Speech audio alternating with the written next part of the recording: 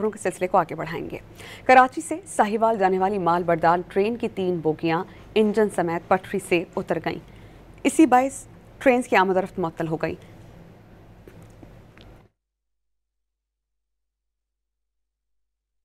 मिल्लत कराची से पंजाब जाने वाली कराकोरम एक्सप्रेस, मिल्लत एक्सप्रेस, कराची एक्सप्रेस और तेज़गाम समेत दीगर ट्रेन को मुख्तलिफ स्टेशन पर रोक दिया गया।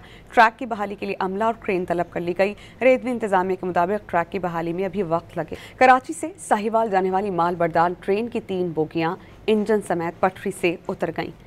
इसी बाइस ट्रेन की आमद-ओ-रफ्त मुअत्तल हो गई। मिल्लत कराची से पंजाब जाने वाली कराकोरम एक्सप्रेस, मिल्लत एक्सप्रेस, कराची एक्सप्रेस और तेज़गाम समेत दीगर ट्रेन को मुख्तलिफ स्टेशन पर रोक दिया गया। ट्रैक की बहाली के लिए अमला और क्रेन तलब कर ली गई। रेलवे इंतजामिया के मुताबिक ट्रैक की बहाली में अभी वक्त लगेगा।